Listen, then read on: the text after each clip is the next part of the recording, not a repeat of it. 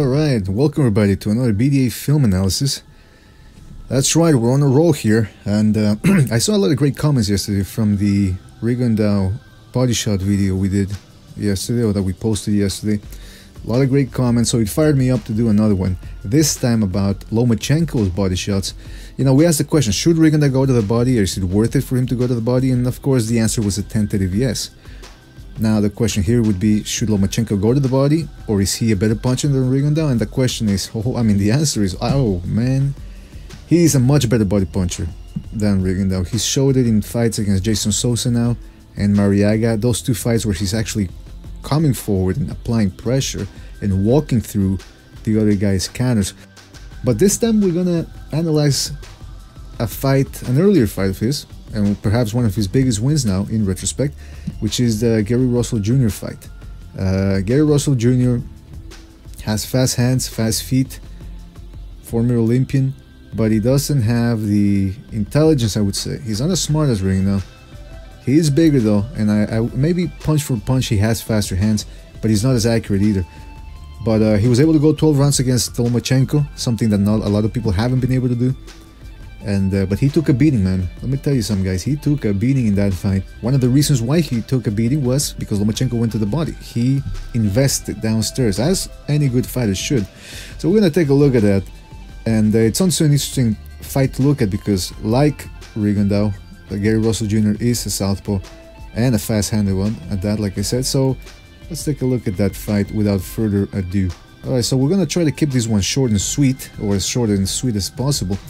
First of all, let's look at how Lomachenko sets up the body shot against a guy who is fast, perhaps even faster than him. I think Russell Jr. is faster than both Rigondeaux and Lomachenko.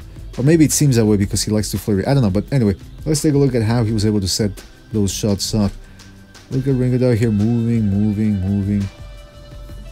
He moves a lot, counters,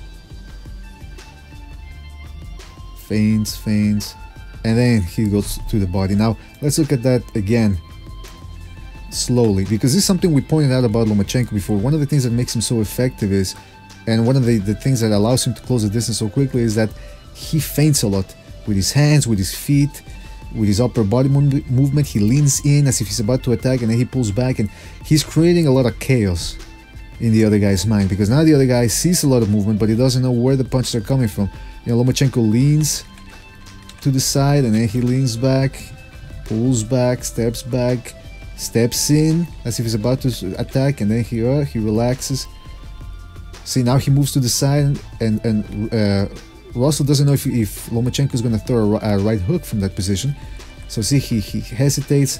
Lomachenko pulls back, moves a little bit, circles, and now finally he counters off of Russell's jabs, and he throws a right hand of his own. See, now again, head movement, another feint as if he's about to step in. Look at his hand. Now he leans in to the side as if he's about to throw a right hook. He's looking for an opening here, and Russell Jr. now is hypnotized by all that movement. He's falling into Lomachenko's game. And now see here, Lomachenko, he lowers the right hand, see that? As if he could hook from this position, or he could jab to the body, but instead what he does is, he pulls back again. That's about like, what, 3 feints now? With the hand and the body and the feet. You know, he's feinting with everything, with the feet, with the body, with the hand. And now he finally feints again. Russell this time dips under, he weaves under. Lomachenko gets very close, finds the right angle, and boom, digs a right hook in there. Look at that right hook, right on the flank. Now a lot of people think, well, you know, if you're southpaw against southpaw, it's not all that good to throw a right hook, or that effective to throw a right hook to the body, because you're not hitting the vital organs. You know, the liver is on the right side. So, but I still think that you should throw. Listen, if you're gonna throw something with power, just throw it anywhere, man. Hit the arms, hit the elbows, hit the left side of the body, on the right side, whatever. Just hit something, man. If you get a clean shot to the body, trust me, it's gonna hurt. Maybe it's not gonna drop the guy as if you hit him with a liver shot, but it's gonna wear the other guy down. In this fight, the Russell versus Lomachenko fight proves that. Now let's take a look at this. Another attack from Lomachenko. Now this is again in slow motion. See, another feint.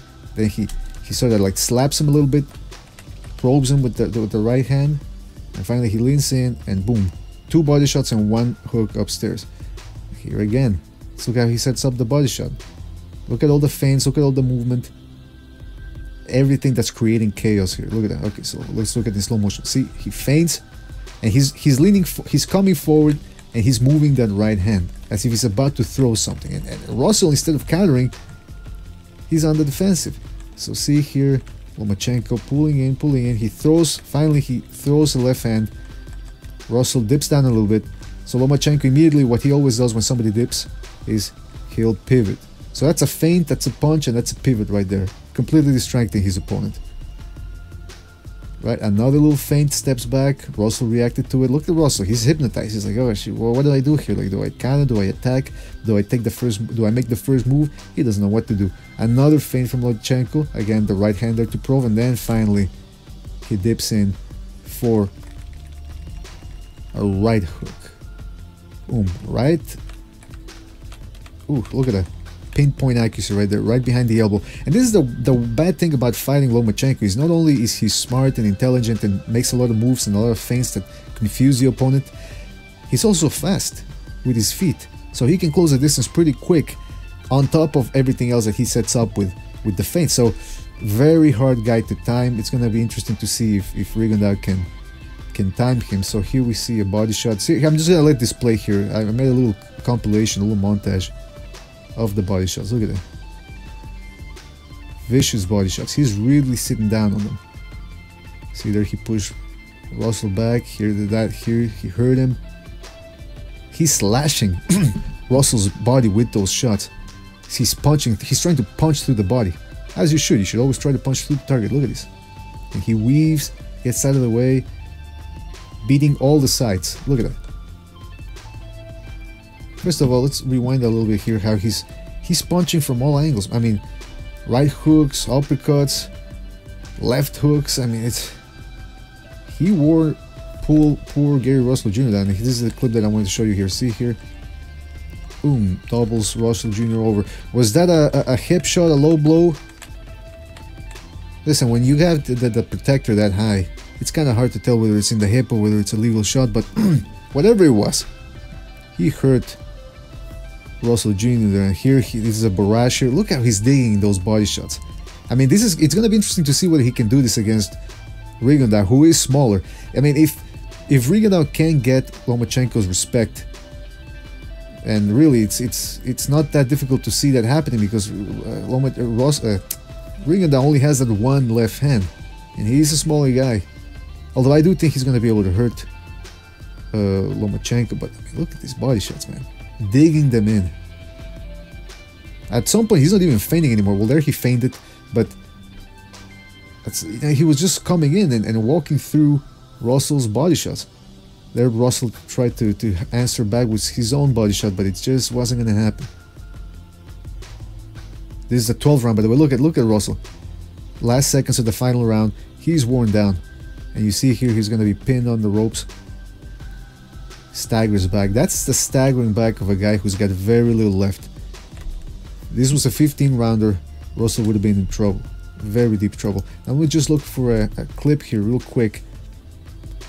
See how Lomachenko, not only is he offensive and aggressive, but he's defensively responsible. Look how he pulls his hand up there. But there's some points, some parts here where he does get caught, like right there, a little tap. And remember that Rigondeaux is a better counterpuncher than Russell Jr. So here again, Lomachenko got hit a little bit, especially coming out.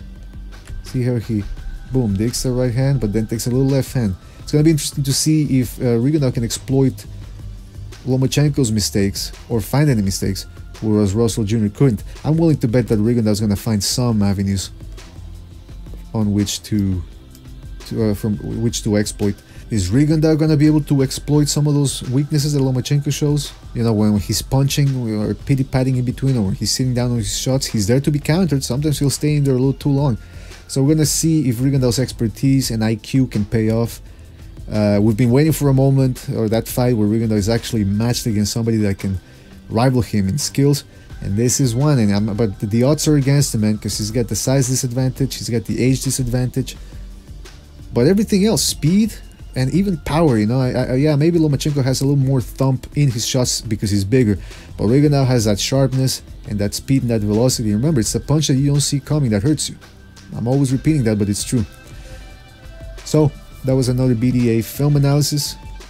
Leave your comments. Don't forget to like, subscribe. Tell us what we got wrong, what we got right, and we will see you on the next one. I'm a vet, cousin Comstock, call and collect, saying he just left the box, hide, annoyed and depressed, claiming he's stressed, did a 3, still facing the stress. I'm like, look, this ain't the void, you ain't facing your death, so save your breath, tie your boots up and bang with the rest, cause in reality they just incarcerated your flesh, you know the deal. I pray they process your appeal, cause on the real, I still got my hands on the wheel, and I'ma drive till the gas run out, either crash or